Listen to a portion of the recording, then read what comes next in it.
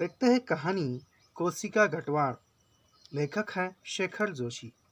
नई कहानी के प्रतिनिधिक रचनाकार शेखर जोशी जी का जन्म सन 1932 में अल्मोड़ा जनपद ओलिया गांव के पहाड़ी किसान परिवार में हुआ था। पिताजी का नाम दामोदर जोशी और माताजी का नाम हरिप्रिया जोशी था।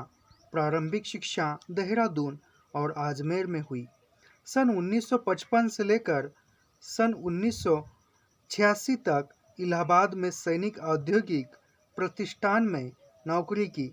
अपने बुजुर्गों से सुनी कहानियों का प्रभाव उनके साहित्य पर देखा जाता है। नई कहानी को गांव गांव से जोड़ने का श्रेय शेखर जोशी को जाता है। पहाड़ी क्षेत्र का जीवन, संघर्ष, गरीबी, यातना, मजदूरों के हालात, सामाजिक समस्याएं, धर्म और जाति में जुड़ी रूढ़ियाँ, ये सभी उनकी कहानियों के विषय है। कोशिका घटवार, बदबू बदबू मेंटल, दाजू आदि कहानियों ने शेखर जोशी को कहानीकारों में स्थान दिलाया है। यह उनकी प्रसिद्ध कहानियाँ हैं। इसमें फिर से मैं दोहराता हूँ, उसमें प्रमुख है कोशिका घटवार, बदबू, मेंटल, दाजू। इन कहानियों में जो भी समस्याएं हैं, उन समस्याओं का चित्रण काफ़ी सूक्ष्मता के साथ जोशी जी ने किया हुआ दिखाई देता है और इन कहानियों के माध्यम से ही वह साहित्य जगत में उभर कर आए हैं तथा प्रसिद्ध हुए हैं। देखते हैं इनकी रचनाएं। कोशिका घटवार, जो कि 1958 में, सात के लोग 1978, हलवाह चौरंगी बीमारी है 1998, मेरा पहाड़ 1979, एक पेड़ की याद प्रतिनिधिक कहानी है। और इसके पुरस्कार भी देखते हैं। 1955 में धर्मयुग द्वारा आयोजित कहानी प्रतियोगिता का प्रथम पुरस्कार, महावीर प्रसाद द्विवेदी पुरस्कार, आदि भूषण सम्मान, पहाड़ सम्मान, मैथिली शरण गुप्त सम्मान आदि इन साहित्य क्षेत्र में पुरस्कार प्राप्त हुए हैं। अब देखते हैं कि कोशिका घटवार, ये इस कहानी की कथा वस्तु तथा सारांश।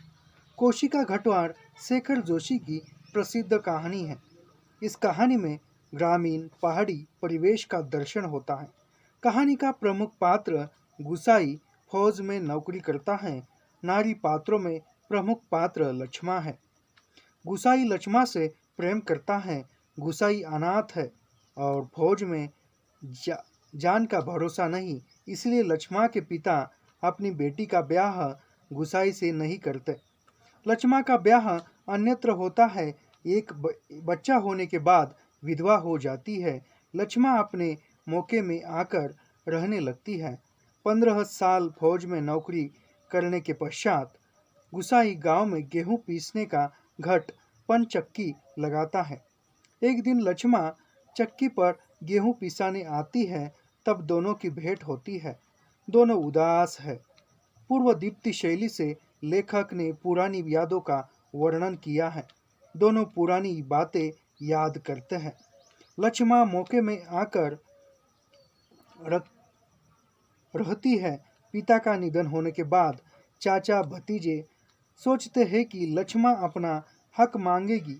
तब लक्ष्मा कहती है कि मुझे पिताजी के हिस्से का कुछ नहीं चाहिए। गुसाई और लक्ष्मा का एकाकी जीवन चल रहा है। समाज के कारण वह विवाह नहीं कर सके और अब भी एक नहीं हो सकते। उनका मानसिक अंतर्द्वंद्व कहानी में प्रस्तुत हुआ है। लक्ष्मा ने गंगनाथ जू की कसम खाई थी। गुसाई जैसा कहेगा वैसा करेगी। पिता के कारण वह कसम निभा न सकी। गुसाई बच्चे को देखकर सोचता है, मैं तो अकेला हूँ, पर लक्ष्मा बच्चे वाली है।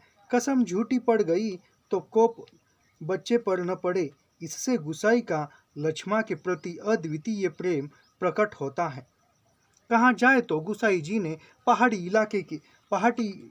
इलाके में जो भी समस्याएं दिखती है, उन समस्याओं का काफ़ी सूक्ष्मता के साथ चित्रण किया है। इसमें प्रेम है, देश प्रेम है और जो आंचलिकता के प्रति जो आंचलिकता के बाद जो आंचलिकता को लेकर, किसी स्थान को लेकर आत्मीयता रहती है, वह आत्मीयता भी इस कहानी में प्रकट हुई है।